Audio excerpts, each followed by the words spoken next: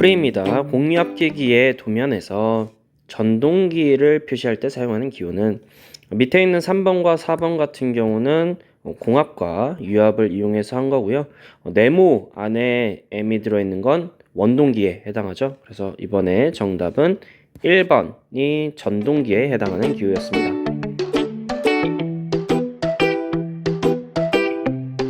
자, 해설입니다. 일반적으로 동력원에는 유압 모터, 공압 모터, 전동기, 원동기 등이 있다. 전동기는 전기 에너지를 기계 에너지로 변환하는 장치이고 이는 직류 전동기와 교류 전동기가 있다. 원동기는 석유류의 에너지원을 연소시켜 동력원을 얻고 이것을 기계적 에너지로 변환시키는 장치이다. 그래서 이렇게 총 4가지의 전동기, 원동기, 공압, 유압이 나타나 있고요. 기호는 전동기가 동그라미에 알파벳 M 그리고 선을 긋고요. 원동기가 네모 안에 알파벳 M 하고 선을 긋습니다. 그 다음에 공압 같은 경우는 세모로 하고 짝대기 하는데 이제 안이 비어 있죠. 근데 유압 같은 경우는 기름을 안에 넣기 때문에 꽉 채운 상태로 짝대기를 했습니다. 그래서 유체 에너지, 기체 에너지를 활용한 것들은 이렇게 나타내고 있다도 같이 알고 넘어가면 좋을 것 같습니다. 전동기와 원동기, 공기, 유압은 실물은 이런 식으로 생겼다 정도 여러분들이 알고 넘어가면 좋을 것 같습니다. 출처는 보이는 것 같이 4개의 교과서에서 여러분들도 확인해 볼 수 있습니다.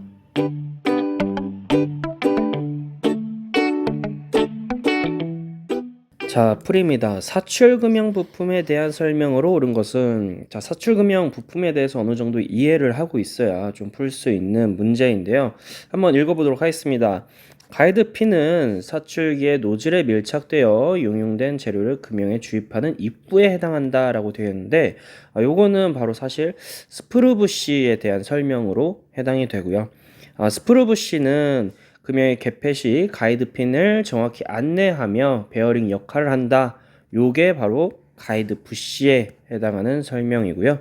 가이드 부시는 금형의 개폐 시 고정 측 형판과 가동 측 형판이 정확히 맞춰지도록 안내한다가 첫 번째 우리가 읽었던 가이드핀의 역할을 설명하고 있습니다.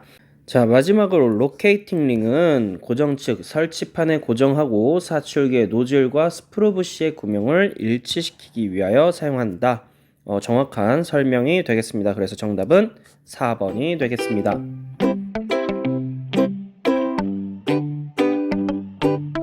자, 해설입니다. 사출금형은 플라스틱 금형의 종류 중에 하나인데요. 좀 더 살펴보면 사출금형은 플라스틱 재료를 가열하여 용융시킨 상태에서 강한 압력으로 금형 내에 주입하고 일정 시간 성형을 유지하여 이를 냉각해서 성형품을 만드는 금형을 우리가 사출금형이라고 합니다. 자, 그래서 아래에 보이는 그림과 같이 이렇게 생겼고요. 플라스틱 재료를 이렇게 주입을 하면 이쪽에서 제품이 만들어지는 것을 우리가 사출금형이라고 합니다. 우리 문제에 나왔던 부품에 대해서 한번 더 살펴보도록 하겠습니다. 자, 첫 번째로 로케이팅 링입니다. 로케이팅 링은 고정 측 설치판에 고정하고 사출기의 노즐과 스프루부시의 구멍을 일치시키기 위하여 사용한다. 그래서 노즐과 스프루부시의 구멍을 일치시키기 위하여 사용하는 것을 우리가 로케이팅 링이구나 라고 생각하시면 되고 이렇게 생겼습니다. 자, 다음으로 스프루부시입니다. 스프루부시는 사출기의 노즐에 밀착되어 용융된 재료를 금형에 주입하는 입구로 용융된 재료를 주입하는 입구에 해당한다. 2에서 4도의 테이퍼 형상 구멍을 가지고 재질은 SM45C, STD61 등으로 만든다. 스프루부시 이렇게 생겼습니다. 자, 다음으로 가이드핀입니다. 가이드핀은 금형의 개폐 시 고정 측 형판과 가동 측 형판이 정확하게 맞춰지도록 안내하는 역할, 형판들이 잘 움직일 수 있도록 안내하는 역할을 한다. 재질은 STC 3에서 5, STS 2에서 3, STB 2 등에 사용된다. 가이드핀은 이렇게 사용됐습니다. 그래서 이게 다시 한번 위에서 그림에서 보면 여기에 있는 가동 측 형판이 가이드핀에 따라서 이쪽으로 이동을 했다가 다시 이렇게 이동을 할 때 이것을 제대로 정확히 맞춰지도록 안내하는 역할을 한다라고 여러분들이 아실 수 있습니다. 자, 다음으로 마지막으로 가이드 부시입니다. 금형 개폐 시 가이드핀을 정확히 안내하면서 배열 역할을 하는 부품을 가이드 푸시라고 한다. 가이드핀을 안내하는 역할을 하는 걸 가이드 푸시라고 하고 이렇게 생겼습니다. 그래서 이 부분이 이렇게 안으로 들어간다라고 여러분들이 생각하시면 되겠습니다. 자, 출처는 이렇게 4개의 교과서에서 확인해 보실 수 있습니다.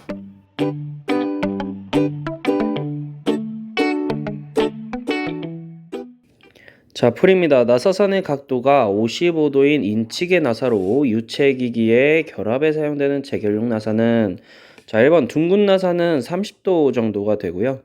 사각 나사는 뭐 이렇게 생겼을 테니까 55도랑 맞지가 않고, 관용 나사가 55도 인치계에 해당합니다. 또한 여기 유체기기를 사용한다는 점에서 관을 통해서 유체가 흐른다라는 걸로 좀 유추를 해볼 수가 있고요. 사다리꼴 나사도 30도 그다음에 29도 인치계 나사를 사용한다는 점에서 정답이 아닙니다. 정답은 3번입니다.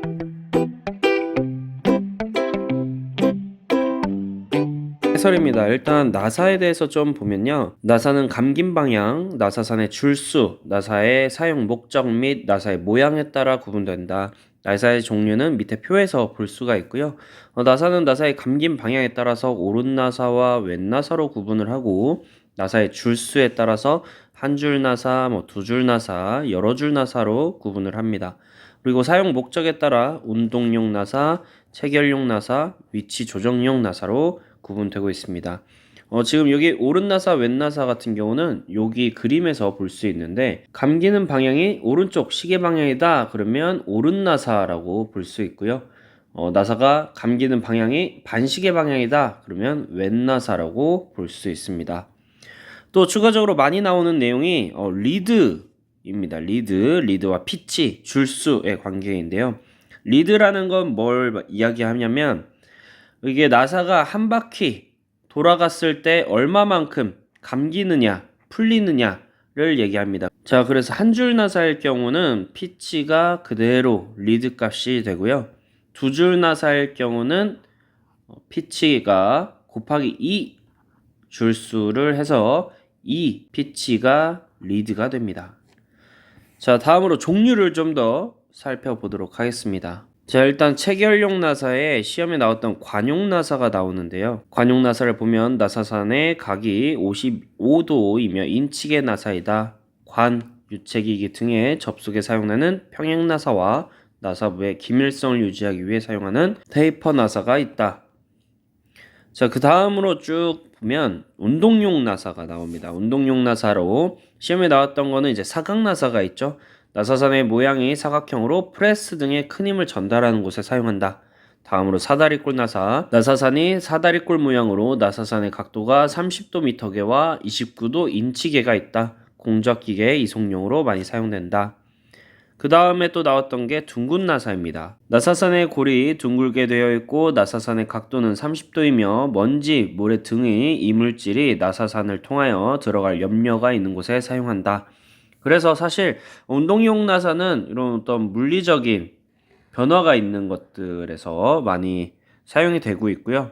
그 다음에 체결용 나사는 이러한 나사 결합용에서 많이 활용한다 라고 보시면 되겠습니다. 여러분들 교과서에서는 이렇게 4개의 교과서에서 내용을 찾아보실 수 있습니다.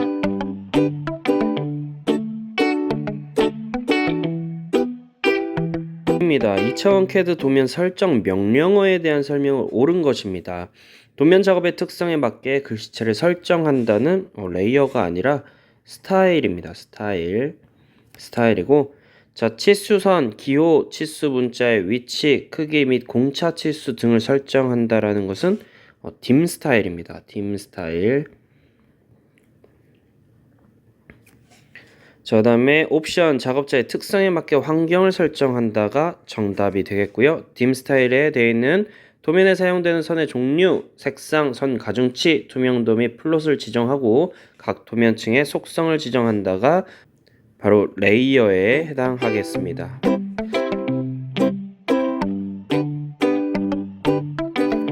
자, 해설입니다. 먼저 첫 번째로 리미츠인데요. 도면의 한계 설정을 해주고 작성할 도면의 크기를 설정해주는 명령어입니다. 그래서 CAD에서 리미츠 엔터를 누르고 왼쪽 아래와 오른쪽 위를 지정해주면 이렇게 도면의 영역을 지정해주는 역할을 합니다.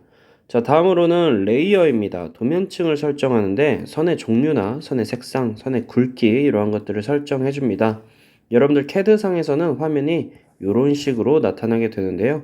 여기 이 아이콘을 클릭하면 도면층을 새롭게 만들 수가 있고 이름을 바꾸고 선의 색깔, 그다음에 선 종류, 선 가중치 정도를 변경해서 활용할 수 있습니다. 자, 다음으로는 옵션입니다. 옵션 설정인데 뭐 파일, 화면 표시, 열기 및 저장 뭐 이러한 것들 작업 환경을 설정하는 거고요. 여러분들 CAD에서는 이런 화면으로 확인해 볼 수 있습니다. 그래서 마우스의 뭐 십자선 크기라든지 화면의 색상이라든지 이러한 것들을 변환시킬 수 있습니다. 자, 다음으로는 딤 스타일입니다. 치수 스타일 설정이고요. 치수선, 치수 보조선, 문자 이러한 것들을 설정하는 거고 이러한 창으로 여러분들이 확인해 볼 수 있습니다. 여러분 교과서는 이렇게 4개의 교과서에서 확인해 볼 수 있습니다.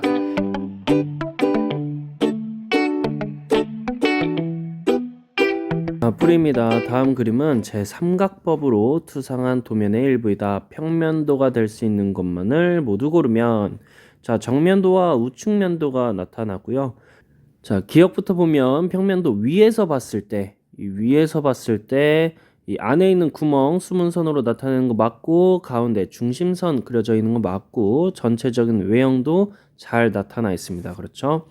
자, 니은입니다. 니은은 기역과 다르게 여기가 수문선으로 되어 있네. 그죠? 여기가 실선으로 되어야 하고 여기가 중심선으로 그려져야 맞겠죠. 그래서 아니게 됩니다. 자, 디귿도 똑같습니다. 여기가 실선이어야 하고 여기가 가운데 중심선이어야 맞겠죠. 자, 리을은 실선과 중심선 잘 되어 있고 구멍 표시가 잘 되어 있습니다. 그래서 정답은 기역과 리을이 있는 2번이 되겠습니다.